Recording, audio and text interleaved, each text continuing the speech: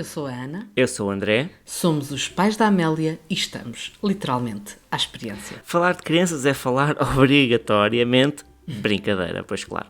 Uma das frases que a Amélia mais nos diz, nos dias que correm, é anda a brincar. Às vezes temos de negociar com muito empenho para ela nos deixar jantar, acreditem. Mas é nas brincadeiras que se vê grande parte do crescimento e da evolução dela.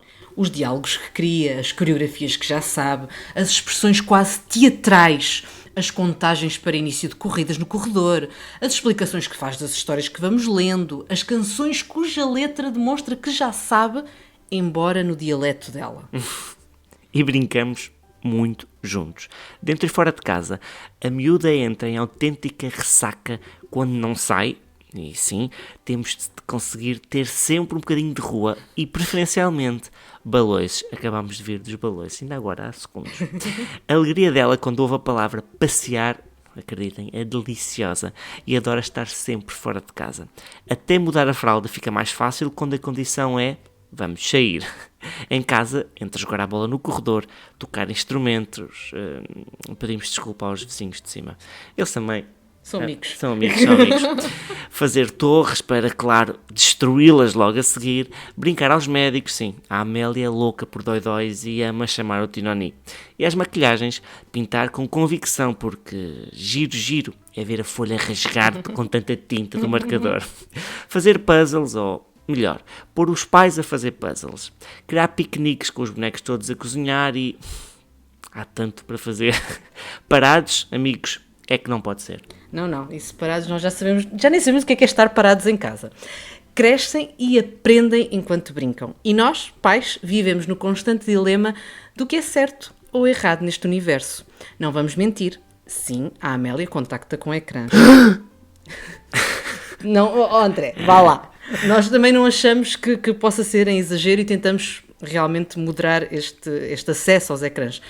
Mas sim, é verdade, ela vê desenhos animados e sim, muitas vezes é a nossa única forma de conseguirmos fazer alguma coisa, seja comer, seja terminar uma qualquer tarefa doméstica, um trabalho que ficou pendurado e que demorou mais tempo, seja para conseguirmos debater alguma coisa entre os dois e que tem de ser resolvida naquele instante e que se torna impossível manter um raciocínio sem interrupções de 30 em 30 segundos e dizer mamã, papá, mamã. Vá.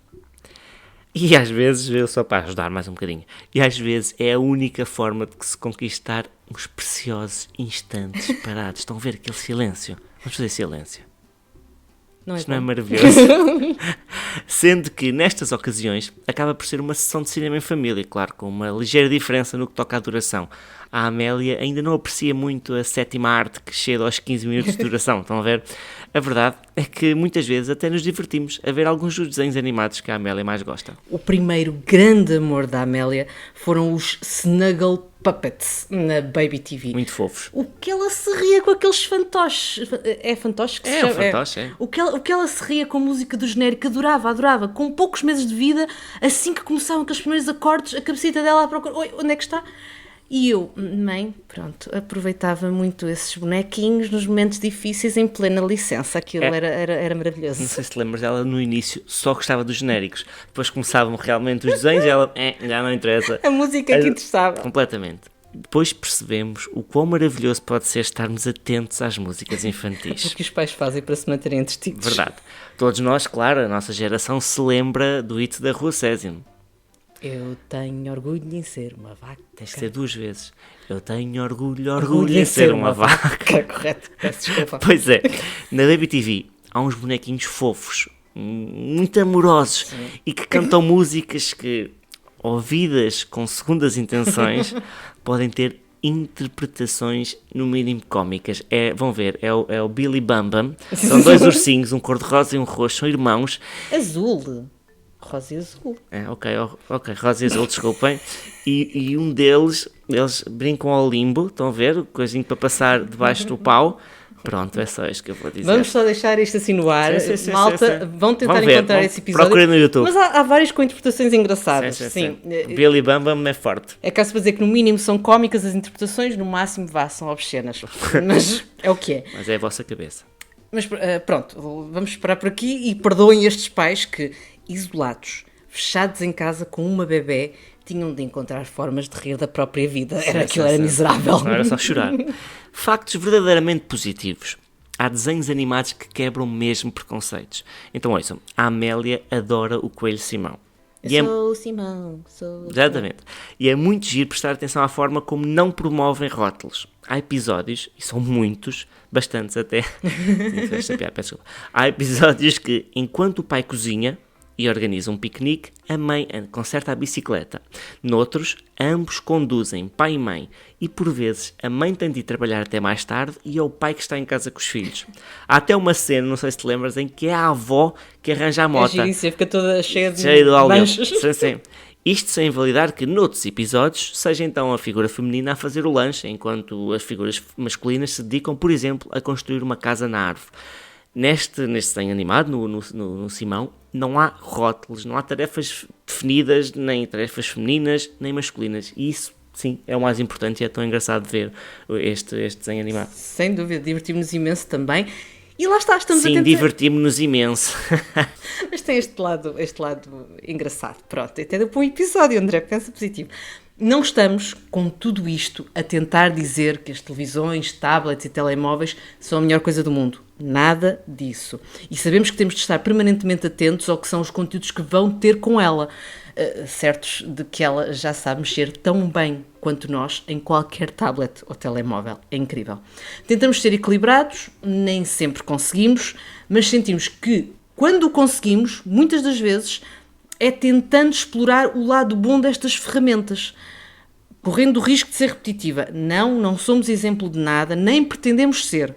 Vamos tentando fazer, aprender enquanto fazemos e, muitas vezes, com os próprios erros. No dia seguinte, tentamos fazer melhor. E estas ferramentas não ocupam o lugar de outras, pelo contrário. Se há objeto com lugar de destaque nesta casa, esse objeto chama-se livro. A Amélia já tem a sua biblioteca e devo-vos dizer que foi uma estratégia brutal. Comprámos um armáriozinho só para ela saber, olha, aqui são só os teus livros. E ela passou a ficar fascinada porque tinha a biblioteca dela. E o nosso convívio passa muitas vezes pela leitura de histórias. Ela vai buscar o seu livro, um livro qualquer, vem até nós, pede que um de nós se sente no chão com as pernas cruzadas, vira-se de costas,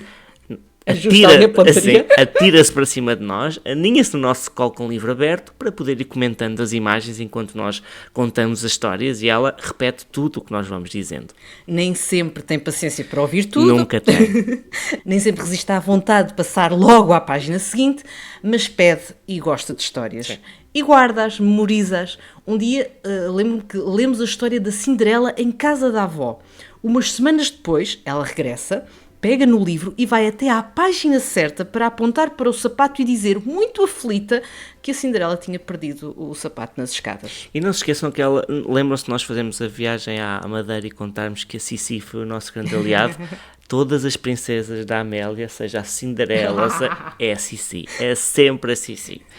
E claro, ama tudo que seja livro que envolva atividade física. Tem 2 que incentivam a prática de yoga. E sim, a Amélia já sabe quando tem de fazer a árvore, a Joaninha, o cão, o sapo.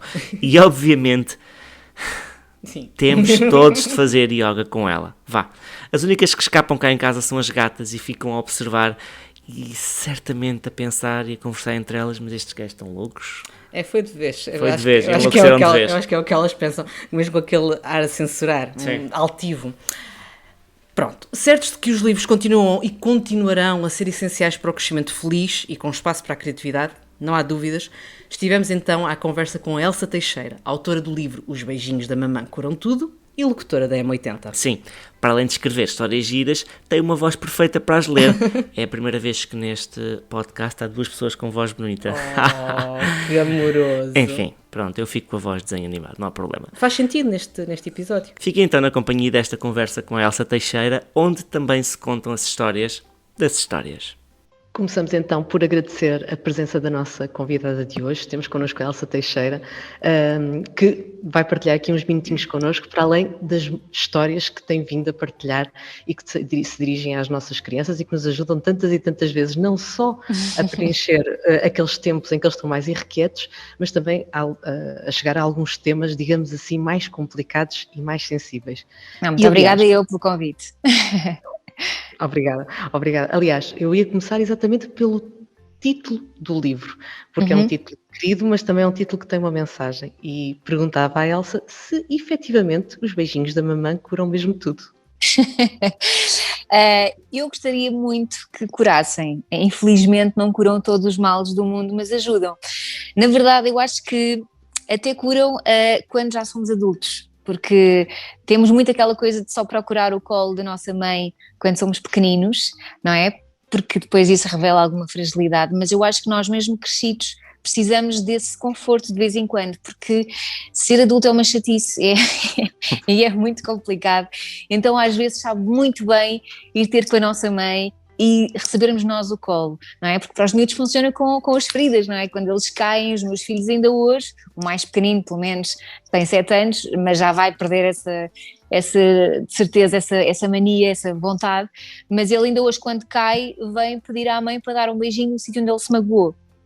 E supostamente alivia a dor, mas eu acho que isto tem que ser maior do que isso, ou seja, para as crianças é com as feridas, mas os adultos também têm feridas, ou têm aqueles momentos mais frágeis, que o colinho da mãe faz sempre bem, não é? Não é preciso ter vergonha de... Não, Aliás, mesmo com a nossa idade. Quando fui mãe senti muita saudade do colo da minha mãe. Exato, é isso. É importante continuarmos a procurar o colo da mãe do pai. Claro que sim, da mãe e do pai. Concordo. Elsa, esta paixão por contar histórias já existia antes da maternidade ou se calhar vem pela ligação à rádio e ao jornalismo? Na verdade, eu quando fui para a rádio porque de facto gostava de contar histórias com sons. Porque acho que a rádio tem essa magia, não é? Só através de sons nós conseguimos transportar as pessoas para determinado sítio ou para determinada situação. E isso era o que me apaixonava na rádio. Claro que não faço nada disso na rádio. As minhas histórias são diferentes. Mas ainda assim, esta coisa de escrever para crianças não estava nos meus planos. Nem sequer nunca tinha pensado sobre isso. Para mim, quando se pensa em escrever um livro, pensa-se logo em escrever um livro para adultos. Só que eu não tenho paciência para escrever tanto, porque, não sei, às vezes até chateava-me na faculdade, quando tínhamos que fazer trabalhos na faculdade, tenho que fazer 150 páginas, e a maior parte das páginas, claro. Sim, a maior parte das páginas era a encher chouriços, eu não percebia aquilo, porque talvez seja defeito de profissão, mas eu sempre fui muito de fazer síntese, eu acho que podemos contar as coisas numa frase, não temos que escrever 3 parágrafos, não é? Com a mesma ideia. Portanto, eu sempre pensei, ok, uma história para adultos implica escrever muito, e eu nunca tive essa coisa de escrever muito. Mas, entretanto, por causa da rádio, o Tiago da Ego Editora, o Tiago Leal, que também faz a ilustração do livro, ele era ouvinte das manhãs, na altura as manhãs da Comercial, e ele achou que ele poderia ter o perfil para escrever um livro infantil, e então lançou-me esse desafio. Claro que a primeira vez que eu vi aquela mensagem eu pensei, mas porquê? De onde é que ele foi tirar esta ideia que eu era capaz? Ou que eu... Mas depois aquilo amadureceu, a ideia amadureceu na minha cabeça e eu respondi logo que sim. Sim, antes daqueles medos porque muitas das vezes nós não aceitamos os desafios porque temos medo e o medo trava-nos muito. Então, antes que esse medo me travasse, eu disse, ok, vamos a isso, porque eu também gosto de experimentar coisas novas, então pensei, mais que não seja, é uma experiência. E assim que ele me fez esse convite, e assim que eu aceitei o convite, eu sabia logo a mensagem que eu queria passar, porque foi a mensagem com que eu cresci, que é, não faças aos outros o que não gostavas que te fizessem a ti. Porque, e essa mensagem apareceu-me em forma de avental. Eu quando era pequenina eu gostava muito de lavar a louça. Então uma tia ofereceu-me um avental. Eu gostei do pormenor de quando era pequenina. Sim, agora é uma obrigação, não é? E então essa minha tia ofereceu-me um avental e o avental dizia precisamente isso. E essa mensagem ficou-me e acompanhou-me ao longo de toda a minha infância até os dias de hoje. E é a mensagem que eu também passo aos meus filhos. Portanto, eu tinha a certeza que era essa a mensagem que eu queria passar. Agora, depois eu como, isso depois foi mais à frente, não é? Mas a mensagem eu sabia que era esta. Porque quando eu compro livros infantis, livros para os meus filhos, eu tento sempre que eles passem alguma mensagem, que eles ensinem alguma coisa. Portanto, eu a escrever um livro não poderia escrever um livro só para ter piada, só para rimar, que também lhes ensina, não é? Porque eles também gostam de aprender com as rimas, mas eu queria que passasse uma mensagem. É caso para dizer que os livros, neste caso, alimentam-se não só da vida enquanto mãe, mas mesmo então da vida na sua plenitude, porque estamos a falar de algo que vem da infância da própria Elsa. Sim, é verdade, é verdade.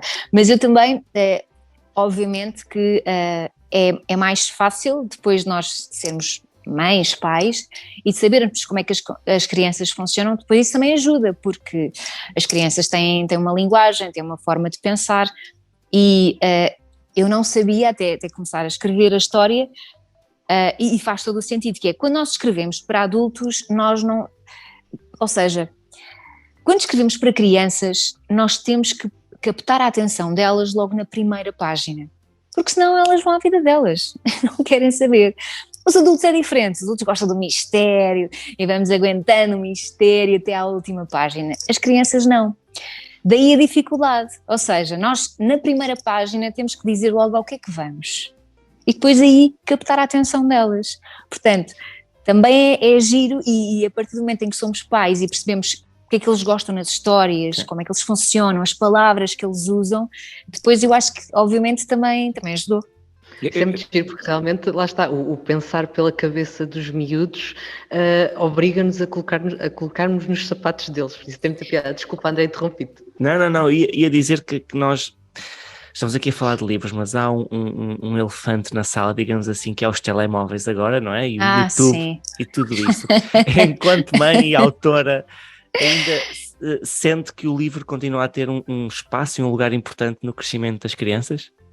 Eu gostava muito que tivesse, gostava muito mesmo, mas cá em casa é uma luta e depois, o pior é que depois eles veem aqueles vídeos do YouTube dobrados em brasileiro e depois começam a usar as expressões brasileiras do está tudo bugado e não sei, eu digo,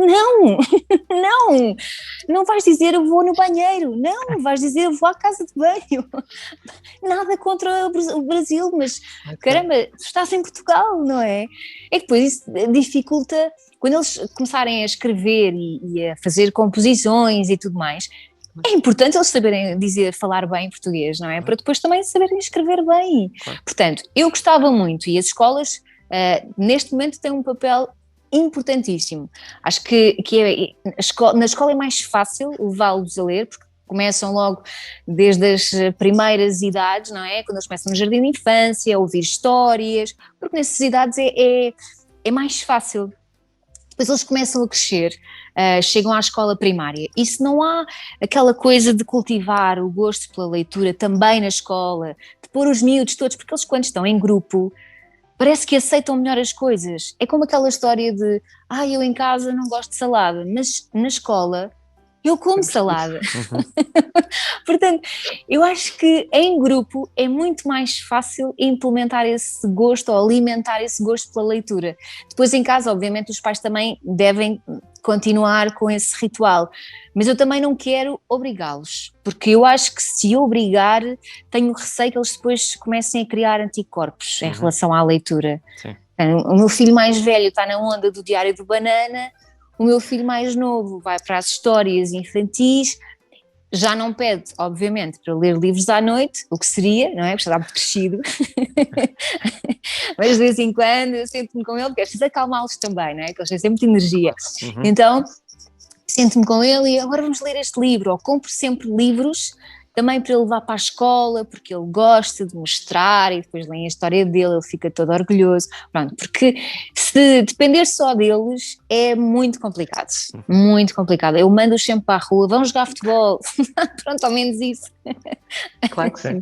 Mas tem que ser obrigados, não é? E nós quando éramos crianças, nós íamos naturalmente para a rua e era tão bom. Éramos obrigados ao contrário, a ter que voltar para casa. Exatamente.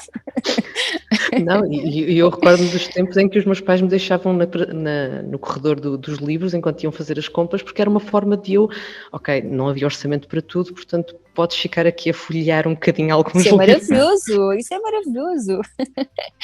Então sempre podíamos ficar nos corredores dos supermercados e os pais iam à vida E ainda deles. agora é a única Exato. forma de manter a Amélia tranquila nas compras é levarmos muitos livros, tirar muitos livros da prateleira e ela vai a lê-los durante as Estamos compras. estamos a confessar a utilização de recursos dos Não, supermercados.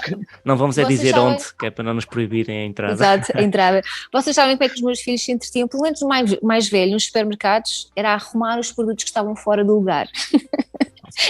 Eu pensei, Mas houve é uma altura que eu muito cheguei a ver, supermercado. eu cheguei a uma altura que eu pensava que ele até tinha o toque, Sim. aquela coisa de não poder ver coisas fora do sítio.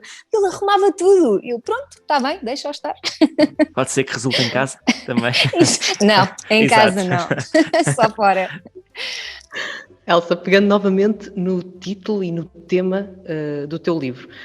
É um tema sensível, que, digamos assim, é tratado de uma forma, lá está, mais infantil, mais delicada, mais trabalhada, mas no fundo esconde também um bocadinho a questão ali do bullying, que nós neste momento enfrentamos diariamente, infelizmente. A minha pergunta é, os livros, para além de aliados dos miúdos, podem também ser aliados dos pais para abordarmos algumas questões mais sensíveis? Podem e devem, porque eu acho que os miúdos aprendem melhor quando é a brincar, ou quando é no contexto deles, porque se formos nós a dizer as coisas, entra por um ouvido e sai pelo outro, não é?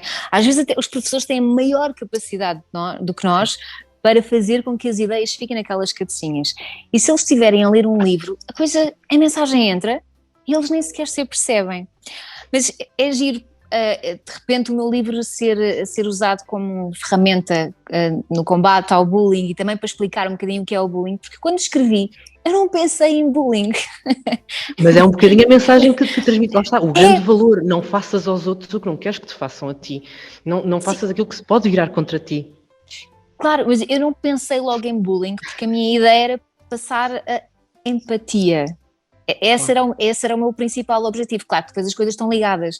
Mas quando houve alguém que um dia leu o meu livro e disse: isto é do bullying, não é? E eu, olha, nem sequer tinha pensado senti nisso. o mesmo. Na primeira leitura que fiz, quando a Amélia trouxe o livro, foi assim a primeira, não, que engraçado, eu posso usar isto mais tarde para te explicar, tanto se estiver de um lado como do outro.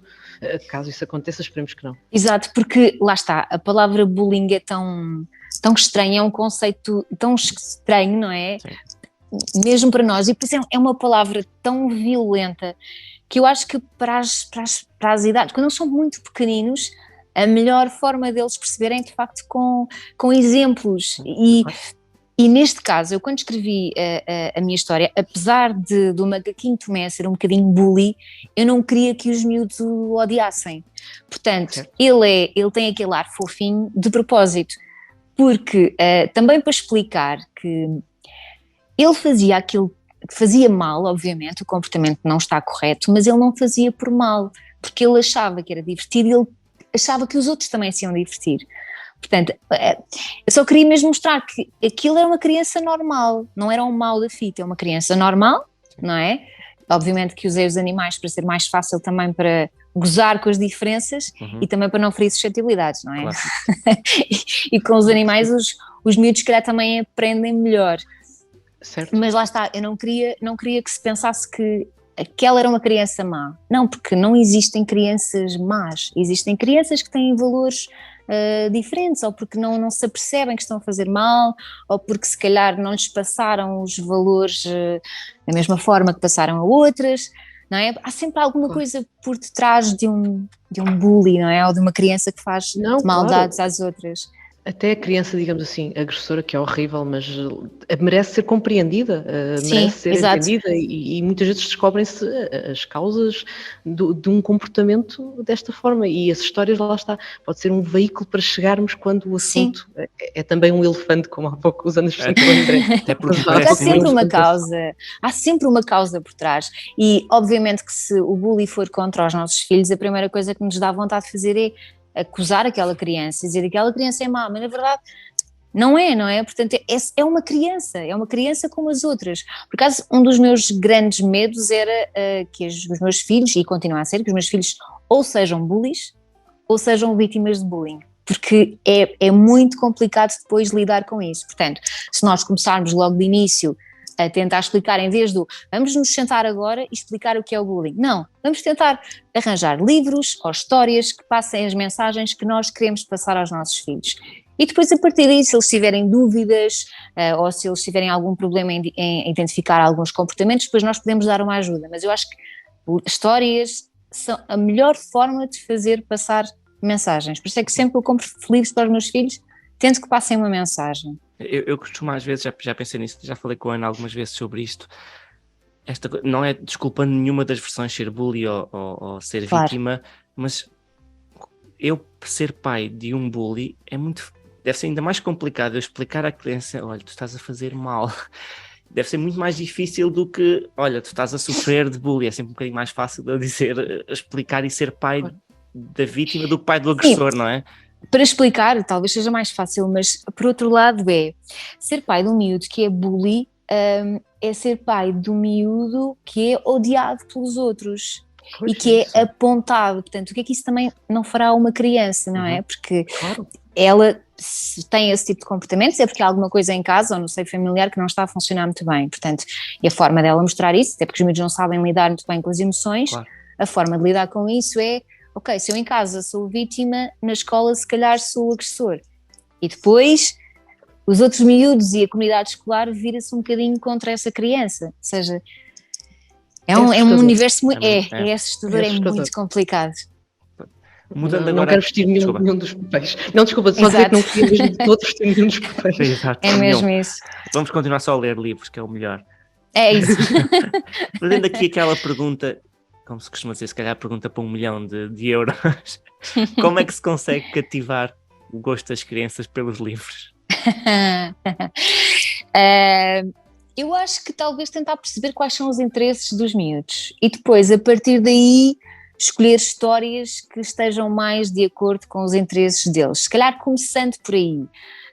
Também podemos dar o nosso melhor na nossa interpretação das histórias, não é? Porque os miúdos, principalmente quando são mais pequeninos, gostam mais daquelas palhaçadas e das vozinhas que nós fazemos e não sei o quê. Portanto, se calhar começar por aí. E depois, eu acho que também parte um bocadinho deles, não é?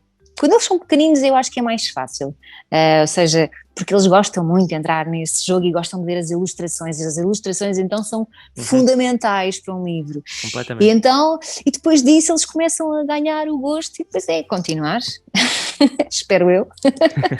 Bem, mesmo até criando muito essa ponte, que até já falámos aqui um bocadinho, entre, olha, um livro não é só um livro, pode servir até para criar momentos de diversão, de convívio entre as famílias. Eu acho que ainda é muito isto, o livro é muito aquele momento de encontro entre pais e filhos, avós e filhos, entre irmãos, porque estamos todos juntos a ler uma história. Sim, é verdade, e a entrar noutro universo. Eu adoro ler porque entro noutro mundo, é como se eu fizesse parte, eu ainda por cima vivo muitas coisas, quando estou a ler um livro eu entro mesmo dentro da história, portanto é maravilhoso. Aquela coisa que se diz que ler é uma forma de viajar sem sair do sítio, concordo completamente com essa forma de pensar. Aliás, a Amélia é muito chique porque ela traz um livro, mas antes de me entregar o livro, não, ela vira-se de costas, pede-me para me pôr de perninhas às chinas porque ela quer se encaixar no meu colo, ou no colo do pai. Ou seja, nada de ler o livro frente a frente, não, eu quero o teu colo e vamos ler o livro juntos. Porque ela quer ver as imagens. Quer ver, temos que ler um livro, não é ela ler, nós lemos um livro. Exato. Elsa, acho que uma última pergunta que se impõe até um bocadinho quase em tom de sugestão, mas também para percebermos de que forma é que nasce este gosto pelos livros infantis, porque na verdade é preciso gostar-se também de livros infantis. Elsa, tens algum livro que guardes assim como especial, seja da tua infância, seja algum com que te tenhas cruzado depois já numa idade adulta? Porque é verdade, os livros de crianças também são muito indicados para muitos adultos. É verdade, e há uns que, até porque eu acho que os livros infantis muitas vezes usam, lá está, são adultos a escrever, portanto às vezes têm muita dificuldade em usar palavras que só as crianças percebam. Por exemplo, eu quando leio uma história, e desculpa estar a desviar-me do assunto, mas quando eu leio uma história aos meus filhos, a maior parte das vezes eu sinto necessidade de alterar algumas palavras, porque as palavras que lá estão são palavras de adulto, não são palavras de criança, e eles muitas vezes não percebem o significado. Portanto, eu tentei escrever ao máximo palavras simples, ideias simples, para eles perceberem. Não sei se fui totalmente bem sucedida, mas pronto, tentei. Tem a ver com os contextos também, não é? Lá está, podemos Exatamente. aquela palavra e ser o momento certo para, olha, vamos descobrir mais uma palavra. Exatamente, pode ser por aí. Mas eu lembro-me, quando eu estava na terceira classe, portanto o terceiro ano, eu tive uma professora que todos os dias, se nós nos portássemos bem na aula, todos os dias, uns minutos antes de sair, ela lia-nos um bocadinho de um livro. E eu lembro-me que aquilo era o ponto alto do meu dia. Portanto, ela contou-nos uma história inteira, mas repartida assim numa série de dias. Portanto, todos os dias ela lia um bocadinho. E eu ficava sempre com aquela vontade de saber como é que a história vai continuar. E então, todos os dias ela dava-nos um bocadinho de magia. Ainda por cima, a história é maravilhosa. E eu, quando cresci, eu fiz questão de comprar este livro para mim. Está aqui em casa. Também já li aos meus filhos. A Fada Oriana. Eu adoro esta história, acho que é mágica e entrar naquele universo, e também lá está, tem uma mensagem, tudo, portanto a vaidade da fada que depois fez com que perdesse os amigos, mas é tão maravilhosa a história e fez-me entrar lá está, nessa magia que é nós, de repente eu estava na sala de aula, mas ao ouvir aquela história de repente eu não estava ali, estava no mundo da Fada Oriana, eu adorava aquilo, portanto eu acho que foi aí que se deu o clique. Uau. Maravilhoso. É caso para dizer que este, André, não sei se concordas, mas este é capaz de ser o episódio com uma das vozes mais bonitas. Oh meu Deus! Obrigada. Muito obrigada. Querida Elsa, só podemos agradecer mais uma vez a paciência, o tempo e esta oportunidade, porque é maravilhoso podermos conversar, podemos descobrir novas perspectivas sobre uma coisa tão simples que é um livro infantil, mas que lá está, pode ser tantas e tantas coisas. É verdade, ensina muito. Obrigada eu pelo convite, foi um prazer falar com vocês. O prazer foi todo nosso. Obrigado. Obrigada. Obrigada, Elsa. Obrigada por esta maravilhosa conversa e por uma história também ela tão maravilhosa que, mais uma vez, a brincar, de forma leve e doce, vai passando valores que importam e que fazem toda a diferença. Livros que, para além de preciosos na formação da personalidade dos nossos miúdos, na promoção da reflexão, do debate, acabam por ser aliados também dos pais na abordagem de assuntos mais sensíveis. Completamente. E neste processo complexo e sem livro de instruções, acreditamos que talvez possa mesmo haver espaço para os diferentes estímulos, para as diferentes ferramentas que temos ao nosso dispor para criar experiências e memórias. Como sabem, não temos grandes alternativas para deixar a Amélia e por isso ela vem sempre connosco e acompanha-nos em todas as tarefas e saídas. Sim, normalmente para gravar este podcast nós prendemos-la no quarto. Juramos que não. Agora vi essa porta de... Não, juramos que não. Mas sentimos que todas estas experiências, todas estas saídas, todas estas tarefas que temos de cumprir na nossa rotina são aprendizagem. Do passeio no jardim, passando por um almoço fora de casa, até à simples ida à mercearia. Ainda no outro dia, ela esteve entretida a dizer todos os nomes das frutas e legumes. Apontava, esperava que eu dissesse o que era e ela repetia. No óbvio. fim, ela já sabia as frutas todas. Mas é óbvio, e André, não me podes desmentir, óbvio que ela, assim que percebeu que era o centro das atenções de todos os clientes e trabalhadores, ela estava histérica. Sim, e repara, sabe, há tanta coisa gira para explorar. Ainda hoje mesmo, no dia em que estamos a gravar este podcast, passámos a manhã na Quinta Pedagógica dos Olivais. Ela delirou com os animais e nós lá nos íamos rindo quando percebemos que a nossa filha já faz observações como: a vaca fez cocó e os pombos estão a comer cocó. Sem dúvida uma rapariga muito observadora. Bela imagem para terminar um episódio. Vá, André, queres aproveitar a oportunidade e terminar com algo, mais agradável? Então, melhor do que cocó? Sim. Já sei. Ouvir os nossos episódios. Estão todos disponíveis nas plataformas habituais, já sabem. Spotify, Apple Podcast, Google Podcast, YouTube, está tudo por lá, é só procurarem. E também seguirem-nos através do Insta e, claro, conversar connosco. Olha, por exemplo, deixem-nos sugestões de atividades e passeios para fazer com os miúdos, por exemplo. Olha, bela ideia, André. Vês, não é só cocó que sai desta cabeça. Não, e como diz a Amélia, haha! Vá, acho que te conseguiste redimir e sim, deixem dicas que por aqui há mesmo dias em que a imaginação escasseia e por vezes acaba em paredes e cadeiras riscadas, como na semana passada. Calma, a Amélia deu asas ao seu lado mais artístico, mas as canetas foram oferecidas por uma pessoa iluminada de quem gostamos muito. e facilmente se limparam as obras da nossa pequena autora apenas com água. Como veem, o tempo passa e nada muda. Sim, continuamos a ser, sem espaço para dúvidas, pais à experiência.